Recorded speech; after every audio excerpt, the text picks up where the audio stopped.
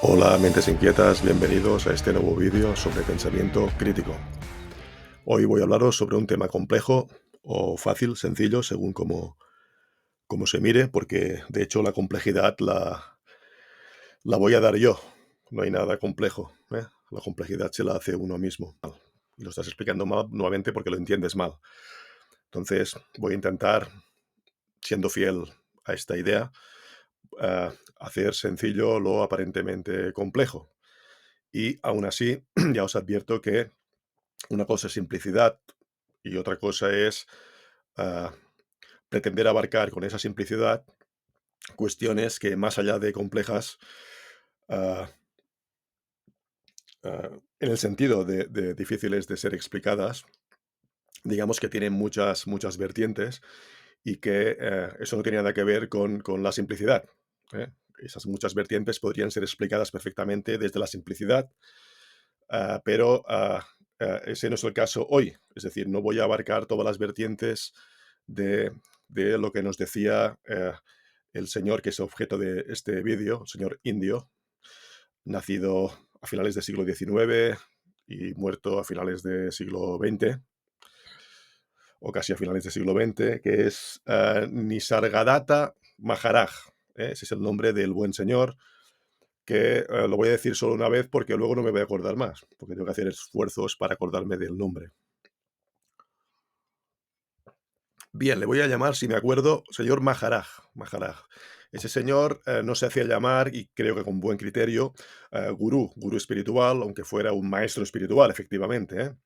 Pero él consideraba, y ya digo que con buen criterio, que él no representaba a nadie, es decir, él era como todo el mundo porque él era conciencia como lo somos todos. Otra cosa es que no seamos conscientes de esa conciencia que somos. ¿Eh? Y ese es el punto principal que tocaba ese señor. ¿Eh? Intentaré, ya digo, resumirlo mucho, si la intención, como os apunto, de ser exhaustivo, porque sería absurdo, ridículo, sino todo lo contrario. Lo que pretendo aquí es simplemente que os suene este señor y que investiguéis por vuestra cuenta y que saquéis vuestras propias conclusiones. Yo os voy a dar sintetizadas también las mías, ¿eh? Y para que vosotros pues podáis, digamos, reflexionar sobre lo que os digo y sobre todo, más que sobre lo que os digo, sobre lo que os dice este señor, que ya digo, debéis investigar por vuestra cuenta. Yo os lo doy a conocer. Ese es un poco el propósito de este vídeo. Bien, tiene un libro famoso que se llama Yo soy eso. Este libro no lo escribió él, parece paradójico, pero no, son simplemente apuntes de sus lecciones, que fueron pues transcritas, ¿de acuerdo? El libro es grueso y insiste bastante en unas ideas claves, básicas, que es las que os voy yo a detallar, sino sobre todo a daros mi punto de vista, mi punto de vista, ¿eh? Os voy a empezar por el final, precisamente para no hacerme líos, y dejar las cosas claras ya desde el principio, sobre todo teniendo en cuenta que la mayoría de vosotros solo vais a ver este vídeo durante 3 minutos, cosa que me tiene fascinado. Bien, debería poner un acelerador de mi voz para poder comprimir todo lo que os quiero decir, no solo en este vídeo, sino en todos los que hago, a comprimirlo todo en 3 minutos, con lo cual quedaríais todavía más lelos, más idiotizados de lo que ya estáis, todavía más. Y yo también, porque a fuerza de escucharme hablar como un pitufo, pues me volvería loco y mis vídeos no tendrían sentido, finalmente, ¿eh? Bien, Yo soy eso, es el libro, esa recopilación de sus enseñanzas. Claro, yo soy eso, lo primero que me viene a la cabeza, ya para biseccionar la cuestión, es, entonces, si yo soy eso, ¿qué necesidad hay de ese yo? Y ese yo. Y eso es lo que, a mi entender, ya siendo crítico con las enseñanzas de ese señor no me aclara. Nos habla de una oportunidad, es decir, una oportunidad de, estando en esta tierra, salir, en definitiva, resumiendo mucho, del ego para encontrar nuestra esencia. Pero fijaros que habla de oportunidad, es decir, aprovechar un hecho que no está diciendo realmente por qué se produce, sino que va directamente a considerarlo como una oportunidad. Es decir, no sé por qué se produce, pero en cualquier caso, para mí quiere decir para el señor Maharaj, es una oportunidad de, digamos, superar el ego y saber ser conscientes de que somos conciencia. Pero fijaros la contradicción, porque si somos conciencia, como efectivamente creo que somos, él no lo cree, él dice que ha visto a Dios, y por lo tanto no cree en nada, simplemente lo sabe porque lo ha visto. Vamos, no lo vamos a poner en duda, no lo vamos a poner en duda, porque aquí no se trata de esto, ¿eh? Se trata simplemente de seguir su hilo argumental.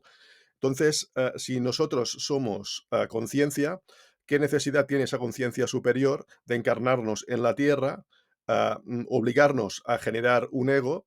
Porque es esa conciencia quien paradójicamente nos obliga a generar un ego, ese ego que va en contra de la propia conciencia, y según Maharaj se deduce, ese ego que va en contra de la propia conciencia está hecho precisamente para que tú, que eres conciencia, descubras que eres conciencia, lo cual me parece que tienen una lógica inmanente, pero absolutamente innecesaria. Ya digo que yo ni niego ni afirmo, simplemente sigo su hilo argumental y pienso con mi cabeza que me es dada, que tampoco es mía, porque ya digo que yo soy conciencia según el propio Maharaj.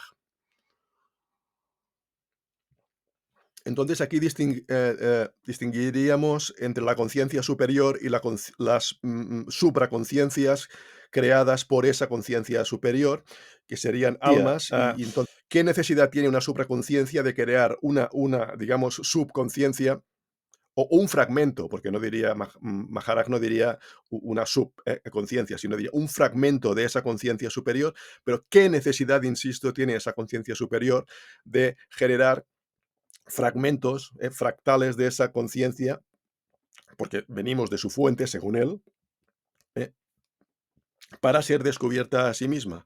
Sería como en el fondo, una conciencia súbdita de esa supraconciencia superior, que no sabe que lo es y por eso se pierde en el ego. Y como decía, es a través del ego, como y gracias, esa oportunidad que decía Maharaj, a través de ese ego, en nuestra vida terrenal, que descubrimos que somos conciencia. Bien, eso por una parte.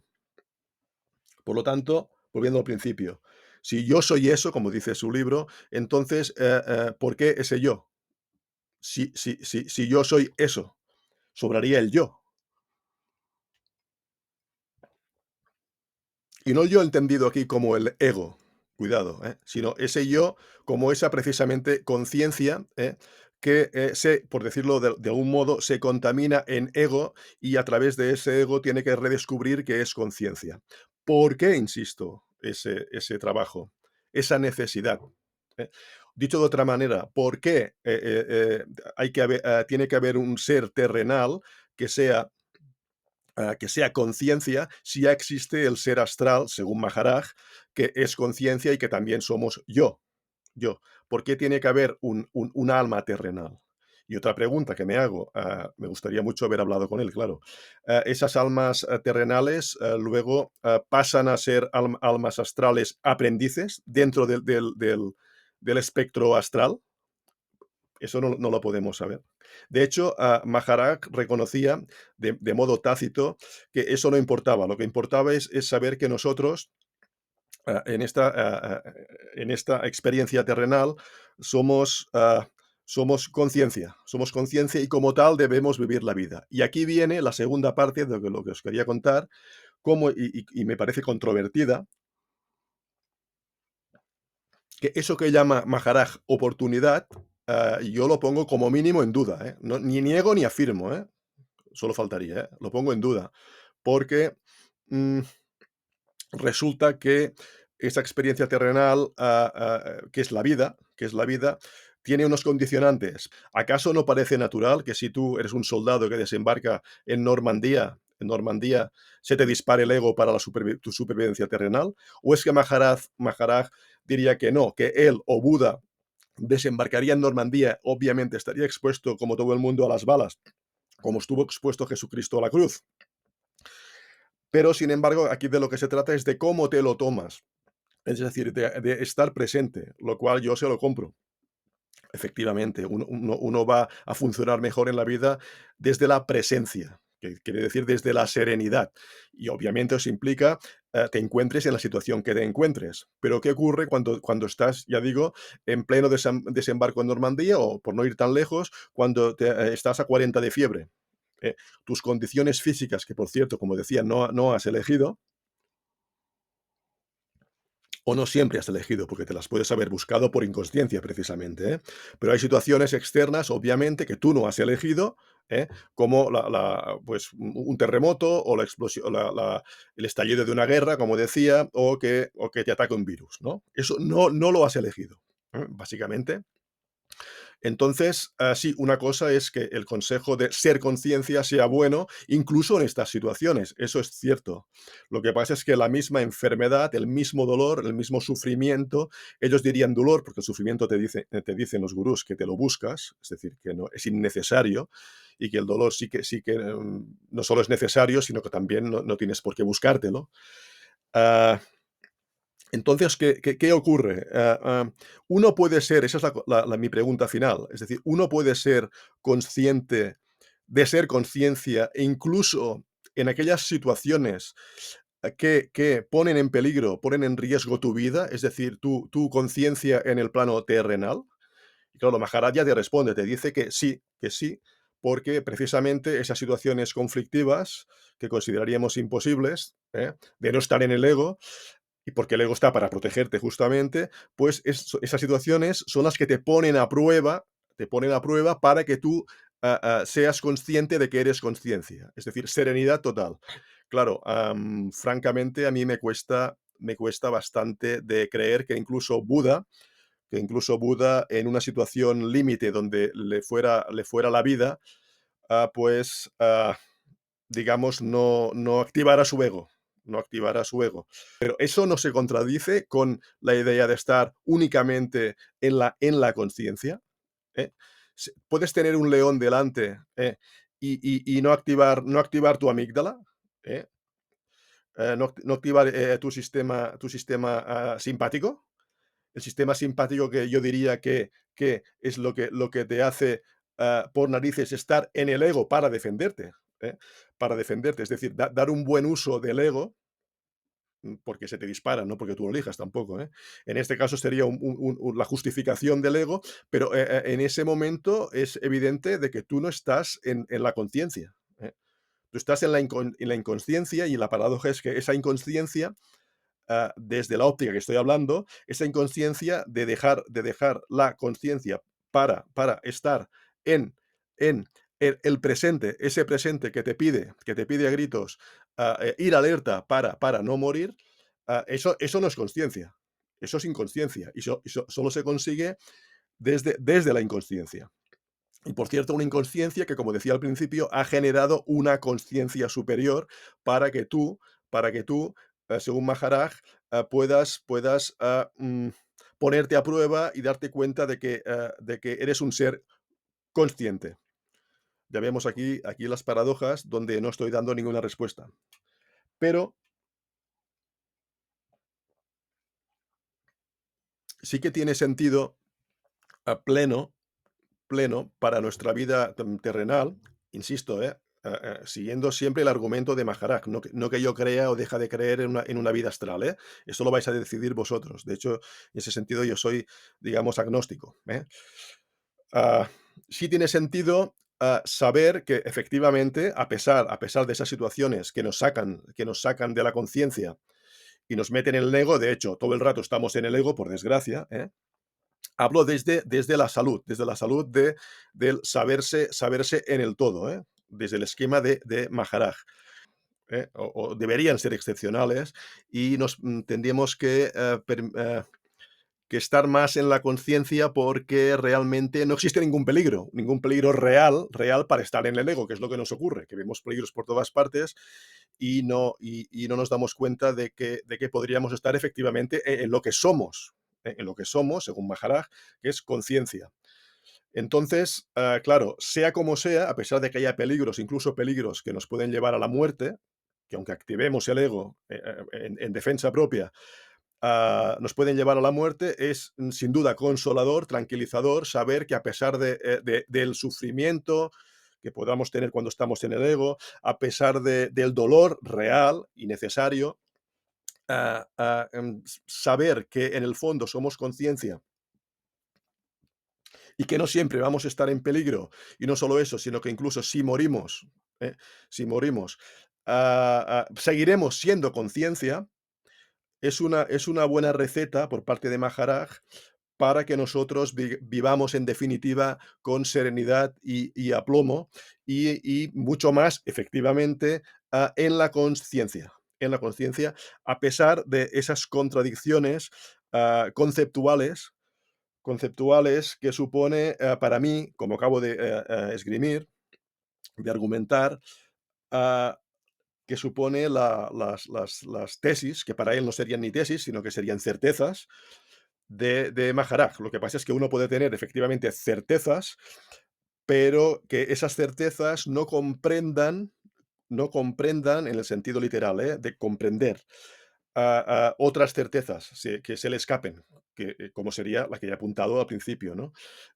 Que Maharaj habla de la vida terrenal como una oportunidad para darse uno cuenta que es conciencia.